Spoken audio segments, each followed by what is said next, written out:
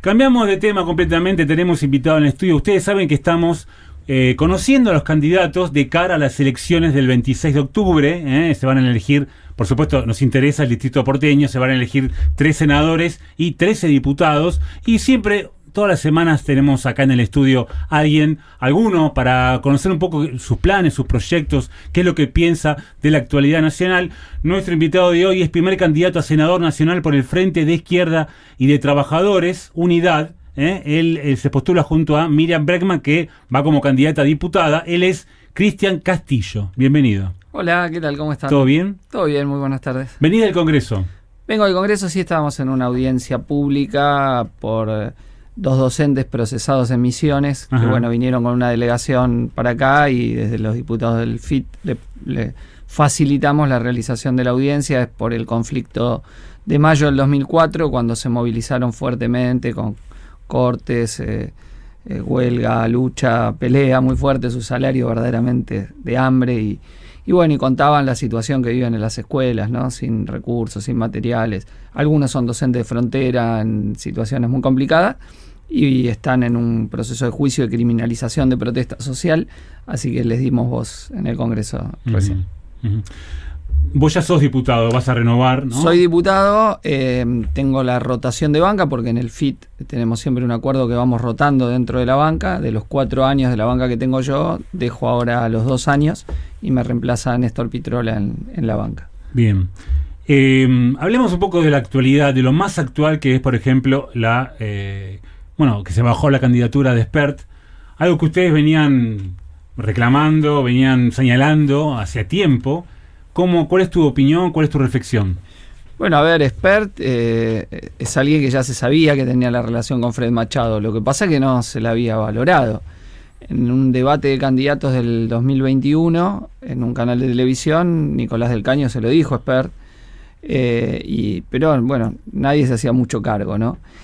Y hay muchas vinculaciones que hay que tener en cuenta, porque el abogado de Machado, Oneto, es abogado de Milei, ¿no? La Corte Suprema tiene planchado el pedido de extradición de Machado hace bastante tiempo. Y Bullrich parece que no se enteró del problema que tiene quien era hasta hoy presidente de la Comisión de Presupuestos de su propio partido.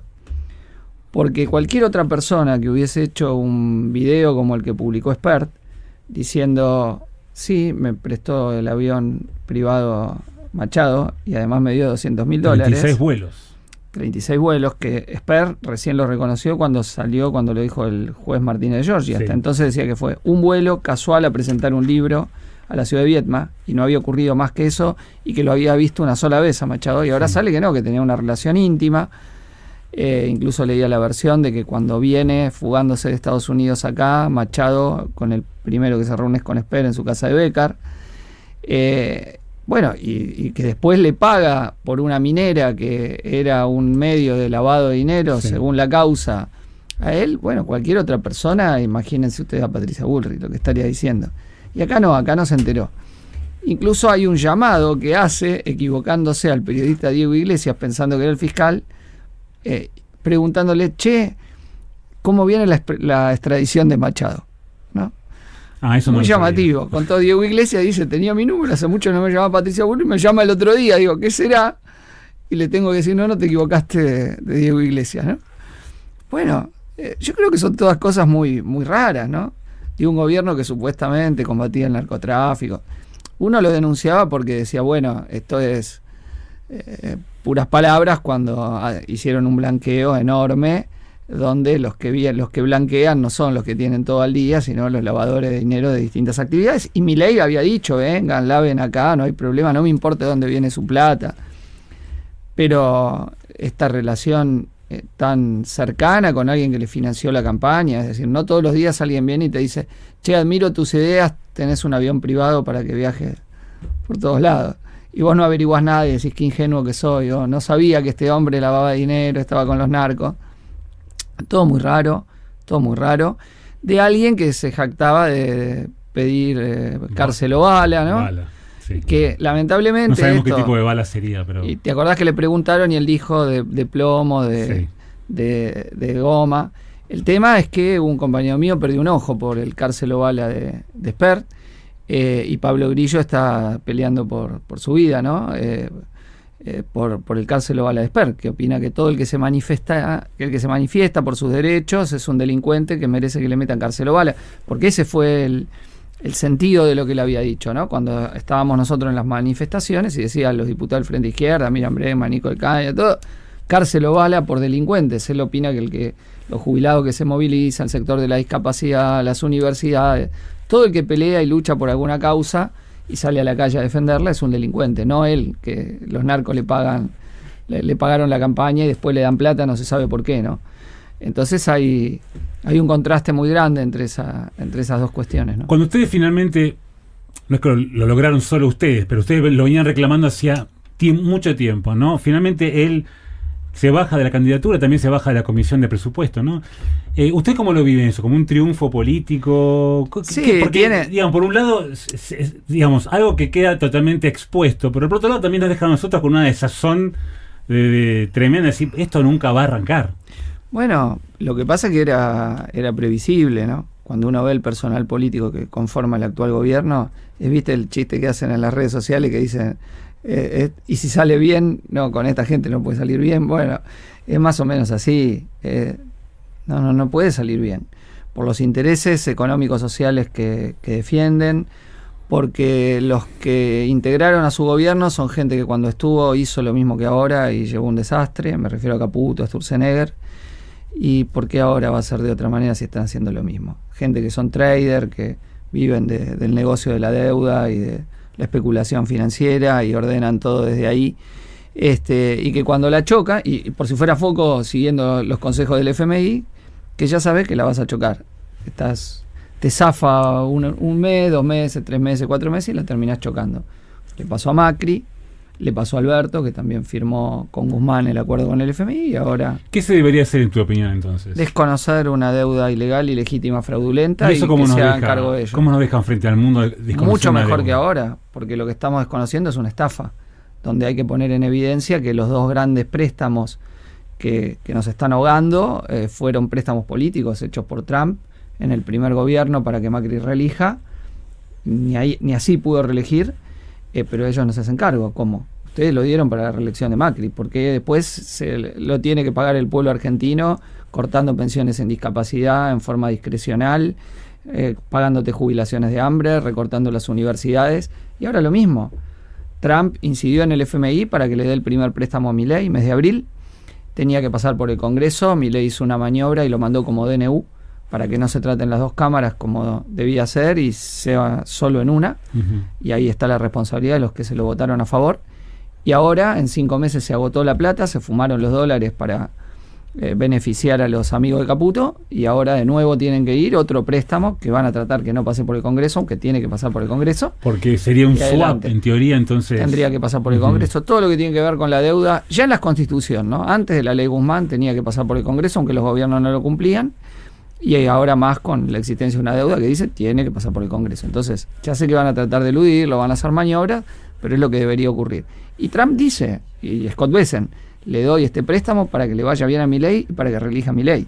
Bueno, hacete cargo vos, que te lo pague Milei.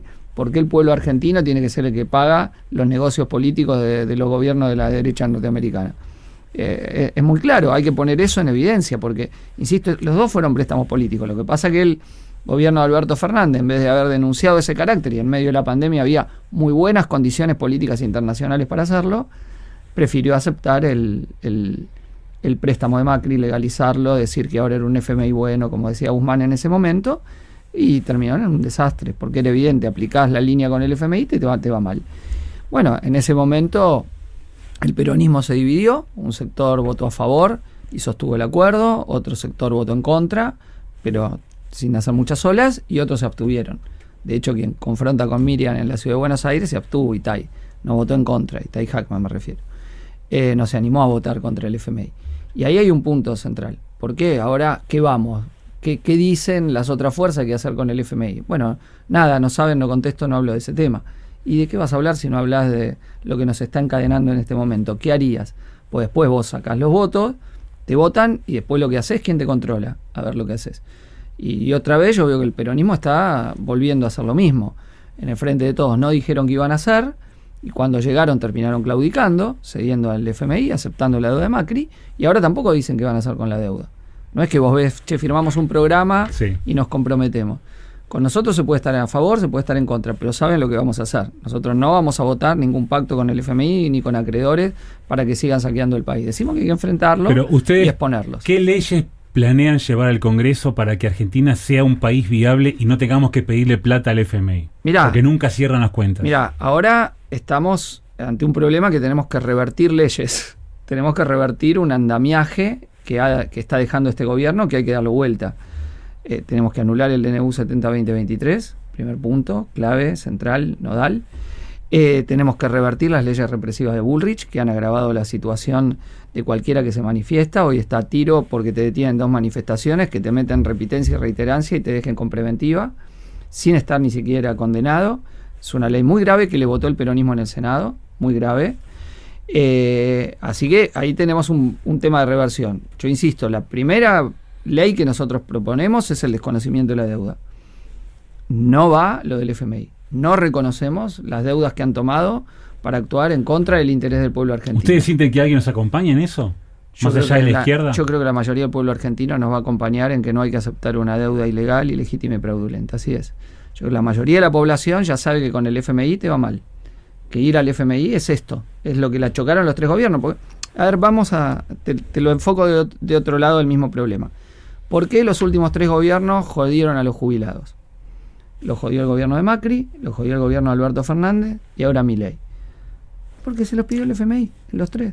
Que opina que acá no tiene que haber más cobertura universal, jubilatoria, y por eso liquidaron las moratorias y le hicieron una enorme campaña en contra, algo que va a ser un drama social. Abro paréntesis. En Argentina, en promedio, en los últimos 10 años, se vienen jubilando 385.000 personas. Promedio de los últimos 10 años. Luego de liquidada la moratoria, el año que viene, el promedio va a ser de 40.000. ¿Dónde va toda esa gente que antes se jubilaba y ahora no se va a poder jubilar? Una parte va a la PUAN, pero que es mucho peor porque no acumulas pensión de viudez, pero solo una parte va a la PUAN. El resto que te mantenga tu familia, arreglate, no te vas a jubilar. Y eso es por orden del FMI, que no quiere que acá la gente se jubile, ni aún con jubilaciones bajas, pero no quiere que haya cobertura jubilatoria. Opina que acá se gasta mucho en el gasto social, que esa plata tiene que ir a pagarles a ellos, que hay que ir para pagarles a ellos. Bueno, entonces, sometido con el FMI, que vas a tener jubilaciones de hambre. ¿Por qué recortaron la discapacidad? Y lo hicieron de una forma indignante, porque no es que detectaban una irregularidad en una pensión, y entonces a partir de la irregularidad la daban de baja, no. Metían manos, recortaban a gente que por ahí está en una silla de ruedas, que tiene síndrome de Down, que tiene sordera, y le recortaron la pensión de golpe. Porque sí. Vos sos docente universitario. Digo, porque es algo grave, y a la vez que hacían eso y despedían laburantes del Andis, se llevaban el 3% de las coimas. Y eso, bueno, el FMI quería esos recortes, ¿eh? Entonces, si vos seguís atado al FMI, vas a recortar la discapacidad, vas a recortar en jubilaciones. Y te iba a preguntar también sobre el presupuesto educativo, porque esa es la otra pata del problema. Otro tema. ¿Vos sos docente, qué sos docente de sociología? Soy docente en la carrera de sociología hace muchos años, profesor asociado. ¿De la Universidad de La Plata? No, en la UBA y en La Plata, en las dos. Bien. Soy titular en La Plata y profesor asociado en la UBA. O sea, vos lo ves desde adentro. Sí. Más allá de que todos queremos que la universidad tenga el presupuesto que merece, ¿vos creés que hay que modificar algo dentro, por ejemplo, de la UBA para que sea más eficiente? Sí, a ver, no hay la UBA. Cada facultad es un mundo. Cada facultad es un mundo. Yo creo que, a ver, si lo miro desde las necesidades de los docentes, hay muchos docentes que trabajan gratis. 7, 8, 10, 15 años. Y no cobran en varias facultades. Eso hay universidades del país que no tienen ese problema, que ya han rentado a todos los docentes, tienen todos los cargos rentados. La UBA no, la UBA tiene como 10.000 cargos que se llaman ad honorem, que es naturalizar que esto se sostiene con gente que va a laburar y tiene que poner plata para ir a laburar, pues se paga el viaje y todo. Eso creo que tiene que cambiar, no puede haber docentes laburando sin cobrar. Nadie no tiene que cobrar. Creo que hay que cambiar parte de las estructuras de cátedra, tienen que ser más democráticas y horizontales. Hoy hay una aristocratización en los que somos profesores respecto del resto del cuerpo docente, que no la comparto. Creo que los no docentes tendrían que tener voz en los cogobiernos, que hoy no lo tienen en muchas universidades, pero no lo tienen en la Universidad de Buenos Aires, como algunos de los puntos de democratización. que creo que son elementos importantes que tienen que tener las universidades. Y después que debería haber una política de becas más importante para retener a los estudiantes. La gran deserción se produce en los 2 primeros años entre los estudiantes. La UBA lo contiene con el CBC, pero lo disimula. Lo que pasa en otras universidades también. Y no hay estudios lo suficientemente profundos para tratar de trabajar ahí y mejorar la tasa de retención que las universidades tienen.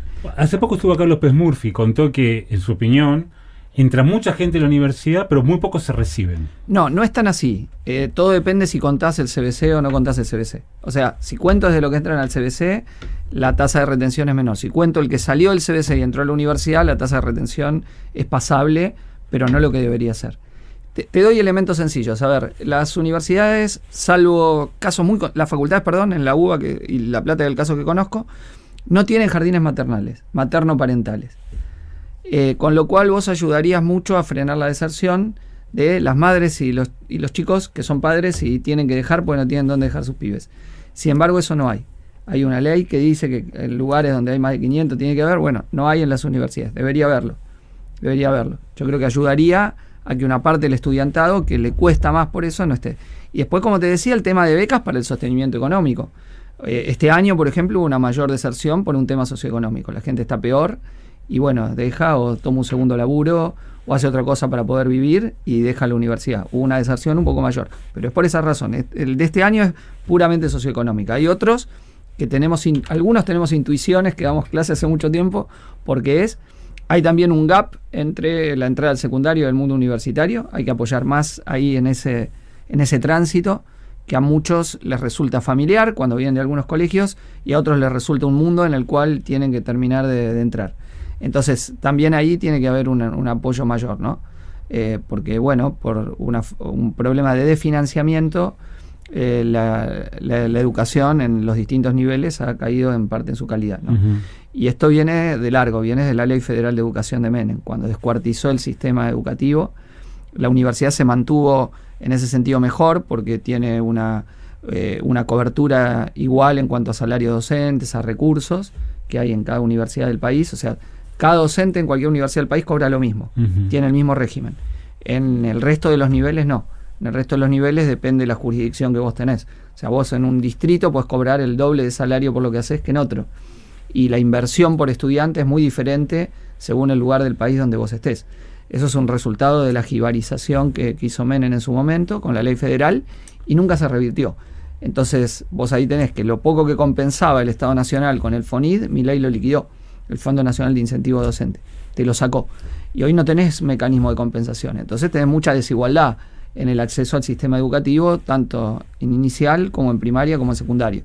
Y eso tendrías que tratar de hacer un mecanismo obviamente de compensación para que cualquier pibe nazca en cualquier distrito del país esté mejor. Acá es de los que más inversión hay por alumno, no porque sea el mayor porcentaje del presupuesto en la ciudad de Buenos Aires. En realidad se invierte mucho menos de proporción del presupuesto con la provincia de Buenos Aires, pero es mucho menor el porcentaje por alumno. ¿Se entiende? Por la composición del presupuesto. Bueno, pero esas inequidades se dan en distintos lugares del país. Te llevo al Congreso de nuevo. ¿Qué planes, qué leyes tienen en carpeta para presentar? Mirá, tenemos una de reducción de la jornada laboral a 6 horas, manteniendo el salario y repartiendo las horas liberadas para crear, en principio, 1.200.000 nuevos puestos de trabajo con derechos, si esto se aplicase en las 12.000 principales empresas del país. Esa es una ley que venimos proponiendo, sosteniendo, que ya la presentamos 2 veces. ¿Se implementó fuera en algún lugar?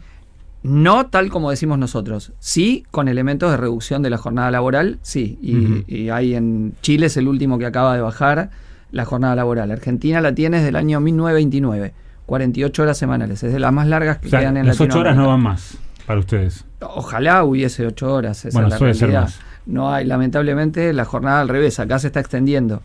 ¿Por qué? En particular, no tanto porque lo cambian desde el lado legal, sino porque te obligan a un segundo laburo. Entonces hoy es muy común que vos volvés y tenés un trabajo en una oficina y no te alcanza para vivir. O sea, dicho en términos marxistas, se paga la fuerza de trabajo por debajo de su valor, que no es tu precio de reproducción. Vos para reproducirte necesitas más plata, para pagar el alquiler, para pagar los servicios, para tener tus gastos cotidianos.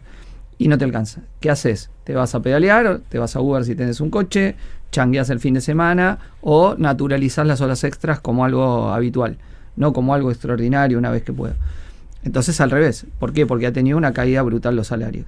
O sea, ese es otro tema que nosotros planteamos. El salario te tiene que cubrir el costo de la vida, tiene que cubrir la canasta familiar. No pueden ser los salarios de hambre que se plantea pagan un ahora, salario ¿no? mínimo. Claro que pueda cubrir el costo de la canasta familiar. Y depende, es móvil porque la canasta familiar va cambiando. Hoy estaría alrededor de 1.800.000 pesos más o menos, que sería el costo necesario para reproducir la vida que una persona tiene. El salario mínimo tiene que ser 1.800.000. Tiene que ser lo que necesitas para vivir.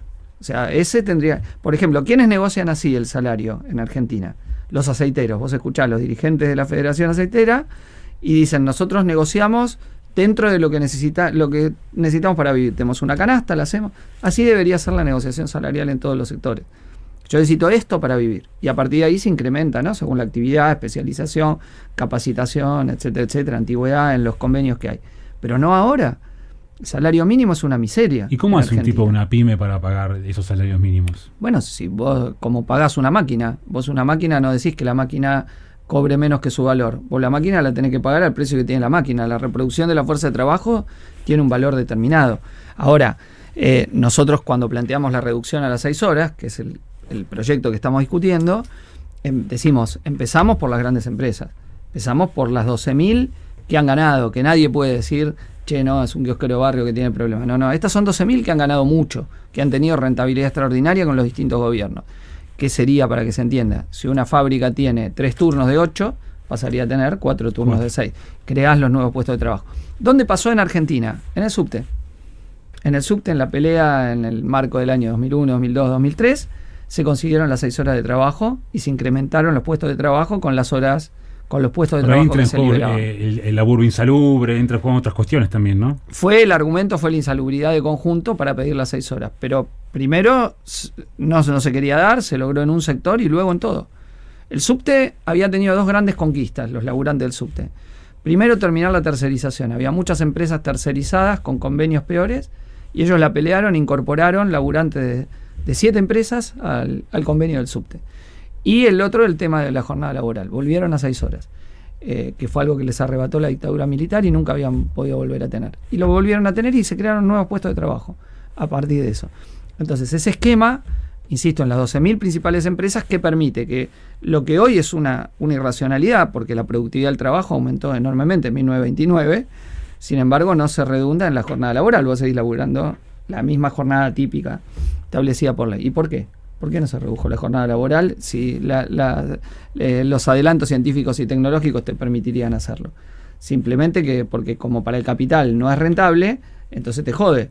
Bueno, cuando se puso, esto lo cuenta muy bien Marx en El Capital, la jornada de 10 horas, no la de 8 todavía, la de 10, los economistas, como los que ahora nos gobiernan, decían que la ganancia se hacía en la hora 11, que eso no se podía, que iba a ser una catástrofe. Siempre que vos limitás la rentabilidad del capital, no, es toda una catástrofe, nunca se puede hacer. Siempre que das un derecho a los laburantes. Por el contrario, se puede reducir un 40% del salario y no pasa nada. No pasa nada. Te reducimos un 40% del salario y eso se necesita. Ahí no te dicen que es imposible, no te dicen cómo la gente va a vivir. O, como te decía, te sacan la posibilidad de jubilarte y no te dicen, che, ¿cómo la gente va a vivir? ¿Qué va a hacer? Yo te doy un ejemplo de esto que me quedé sin decir, pero para graficarlo. Vos fíjate, una pareja de jubilados actualmente, ¿no? Fallece uno de los cónyuges, si los dos son jubilados, el otro cobra la pensión por viudez. O sea, mantiene más o menos el nivel de gasto económico, te paga un alquiler. Si ahora pasa de la moratoria a la PUAN, deja de percibir la pensión por viudez. ¿Cómo sobrevive?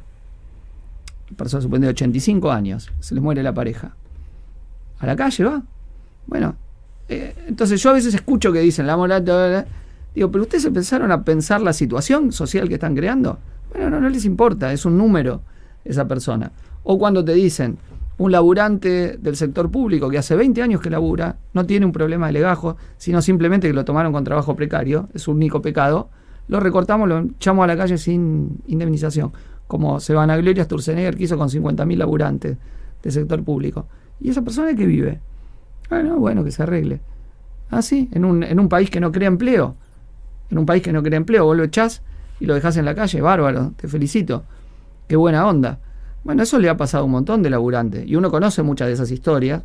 Conozco a varios de los que echaron del Hospital Posadas, por ejemplo, Y son laburantes que laburan toda su vida ahí en el hospital y simplemente por la desidia de los gobiernos anteriores, y este peor, que no solo los mantuvo precarios, sino que los echó a la calle directo.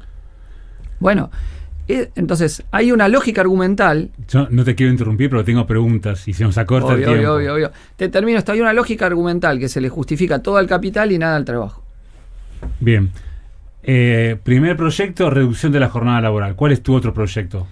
Mirá. Otros. No, dije y aumento salarial, ¿no? 1.800.000. 1.800.000. Después tenemos, un proyecto vinculado al tema de los alquileres, de vuelta reformada a la ley de alquileres anterior. O sea, eso implica la anulación del DNU 70-2023, que actualmente dejó el esquema actual donde hay desregulación absoluta, y a contramano de lo que decían, produjo Dicen un que aumento. mejoró la oferta con... Mejoró la oferta, pero no bajaron los alquileres, sino que subieron un 40%.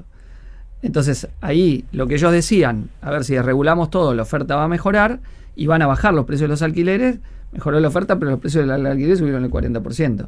Entonces hoy es mucho más difícil alquilar que cuando estaba la ley anterior, que tenía problemas, pero no esta situación. ¿Y cómo debería ser la ley? Bueno, la ley debería contemplar que a vos, según el tamaño que tengas, si es vivienda de persona o vivienda familiar, no te puedan cobrar un porcentaje mayor al 20% de lo que te cuesta la canasta familiar. No podría ser ese el precio de alquiler para vivienda única, ¿no? Después, vos tendrías que poner un impuesto a la vivienda ociosa. Ahí discutamos si a partir de 3, de 5 o de 6 viviendas, del propietario de 5 o 6 viviendas. Para no joder, digo, al que ahorró toda su vida y tiene el jubilado que tiene una vivienda más y que vive con eso. A ese no lo queremos joder, sino a lo que tiene 50, 60, 70, 80, 90 y te crea el contraste de que la ciudad de Buenos Aires, por ejemplo, se calcula entre 200.000 de piso y hasta 300.000, dicen algunos, viviendas vacías. ¿Qué es para lo que se construye? Para viviendas vacías, donde nadie va a vivir. Y del otro lado tenés una emergencia habitacional para un sector muy importante de la población, que o vive en la calle, o vive en inquilinatos, o vive en condiciones de alquilar en los propios barrios populares, en situaciones de informalidad, o tiene que pasar por la 1001 para poder alquilar. Una inmobiliaria social vos podrías crear, como proyecto. Una parte de esto que yo digo podría ir a la legislatura de Buenos Aires, una parte ser parte de una ley nacional, pero es un tema muy, muy grave hoy, ¿no? La vivienda, un gran problema. Hoy el salario mínimo es el 64% de un alquiler de un monoambiente. Vos fijate el desfasaje que se ha creado entre ingresos y precio del alquiler. Bueno, en casi todo el mundo, ahora en el mundo capitalista, se discuten medidas. Por ejemplo, impuesto a la vivienda ociosa, y en muchas ciudades hay también construcción de viviendas sociales, donde el Estado compra o construye viviendas y las pone a un precio barato para bajar el precio de mercado. Hay ciudades en donde si vos sos un desocupado, pero sos ciudadano, te dan una vivienda social donde vas a vivir. Y acá no, acá el derecho a la vivienda es un papel mojado que tenemos del 14 bis. Y después de las constituciones provinciales, etc. Bueno, es una situación muy crítica. Si lo tomo a nivel nacional, ya salgo de la ciudad, son 3 millones y pico de familias en emergencia habitacional, donde los distintos gobiernos se desentienden o le dan bola muy poquitito, porque es obvio, Milei ya es el extremo, no construyó nada, ni una vivienda. Es más, el otro día vino Guberman a hablar, el secretario de Hacienda, y se vanagloriaba de que eliminaron el programa que estaba vinculado a la vivienda social. Yo tenía una bronca porque lo escuchaba decir eso y digo, como si no hace falta. Y vos venís a festejar que liquidaste la vivienda social. Como un gasto superfluo. Como un gasto superfluo, ¿no? ¿Cómo ves el tema de la coparticipación? Hay una deuda de la nación con capital. La provincia de Buenos Aires siempre recibe menos de lo que merece. ¿Cómo debería estar organizado eso para vos? Mira, el tema es muy complejo porque lo que se estableció es que si no están de acuerdo los 24 distritos no se puede modificar. Entonces tenés un problema ahí grande, ¿no? Porque donde tocas una cosa a otra. Debería haber una modificación general, lo que pasa es que tenés que hacer una modificación constitucional. Yo estoy de acuerdo en hacerla, porque efectivamente si hay un distrito desfavorecido es la provincia de Buenos Aires. Por ser candidato en la ciudad no lo voy a dejar de decir porque es la verdad y porque es donde en el conurbano está concentrado gran parte digamos de la concentración de la pobreza está en el conurbano.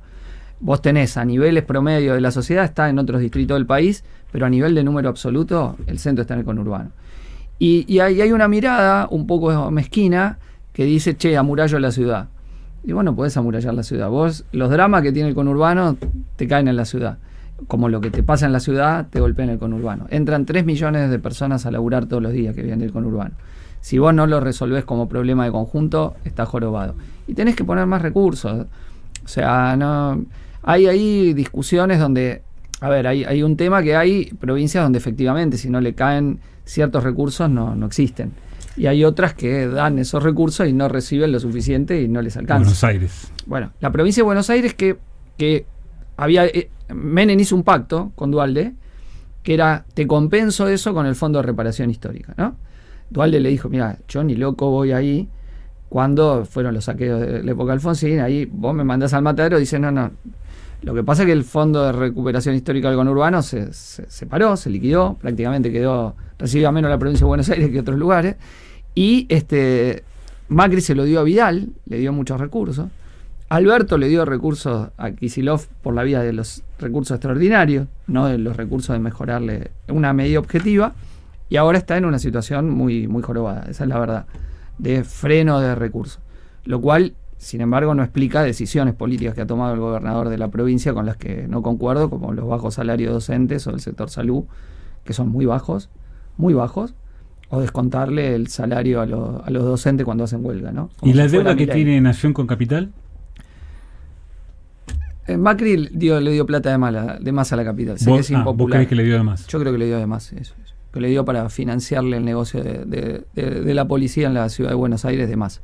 Sí, no tengo ninguna duda. ¿Cómo ves el tema de la seguridad? Esto que pasó hace poco en Florencio Varela con las 3 chicas. ¿Qué hacemos con el problema narco y la seguridad? Bueno, ahí tuvimos un triple femicidio vinculado a un negocio que está muy caracterizado por la posibilidad de blanqueo financiero que tienen acá. O sea, vos no podés desligar el blanqueo que hizo este gobierno del negocio narco y los distintos gobiernos, ¿no? O de la privatización de los puertos, o del vía libre en la hidrovía. Mirá, uno de los decretos de Sturzenegger quitó la necesidad de que los buques tengan lo que se llama el sereno de buques. Son 800 laburantes en todo el país. ¿Qué hacían? Controlar que los buques, entre otras cosas, no lleven cosas narco, cuando lo controlaban los administradores de las empresas navieras, ¿no? O que no contaminen el río. Bueno, eso ya no es obligatorio. Ya no está ese control. Ya no está.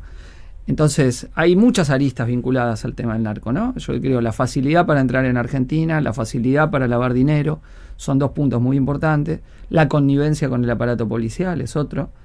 Es muy difícil pensar que cuando hay lugares de reparto narco, la comisaría del lugar no sabe. Es difícil. Se enteran los vecinos, no se enteran. Entonces hay connivencia, cajas de recaudación, acuerdos, gestión de esto, hasta que estalla. Y la crisis social, de la cual el narco se vale. ¿Por qué se vale? Bueno, porque los pibes no tienen salida. Porque hay barrios donde tu expectativa de vida son 30 años. Mira, yo doy clase en las cárceles de hace muchos años. Una materia que doy se da en las cárceles, tanto la UBA como La Plata. Las dos tienen programas de educación universitaria en las cárceles, que es de las mejores cosas que hace la universidad, dicho por otro lado, ¿no? Porque gente que quizá nunca hubiese accedido a un estudio universitario estudia. Y casi no hay reincidencia en quien hace estudios universitarios en la cárcel. Es bajísima la tasa de reincidencia. O sea, invierte el promedio del que no tiene estudios universitarios. Hay otras actividades que también lo hacen, pero el estudio universitario es categóricamente así. Y barrios de los pibes que están privados de libertad y estudian, te cuentan, ¿no? Charlas mientras le toman el examen y te dicen, mira, en mi barrio, todo mi barrio están presos o muertos. La expectativa de vida del barrio, 40 años. Entonces, cuando vos no trabajas ahí, en que no haya pibes que su expectativa de vida son 40 años, y bueno, es muy difícil. Un sector de población vulnerable, te viene ¿no? Venís soldadito, Clarísimo. Vivís así, ¿no? Cristian, me quedé charlando un rato más, pero tenemos que seguir con el programa. Gracias por haber venido hasta acá. No, gracias a ustedes, y solo llamar a que nos voten el 26 de octubre con Miriam. Creo muy importante nuestra presencia en el Congreso, que hemos marcado una diferencia, aún siendo no muchos diputados, somos un bloque de 5, pero Martín Menem dijo, son 5, parecen 100, y nos hizo un homenaje sin darse cuenta. Gracias por haber venido. No, gracias a vos. Cristian Castillo pasó por el estudio, primer candidato a senador nacional por el Frente de Izquierda, el FIT, el conocido FIT que siempre lo vemos por la calle, ahí movilizado, bueno, el FIT. Seguimos.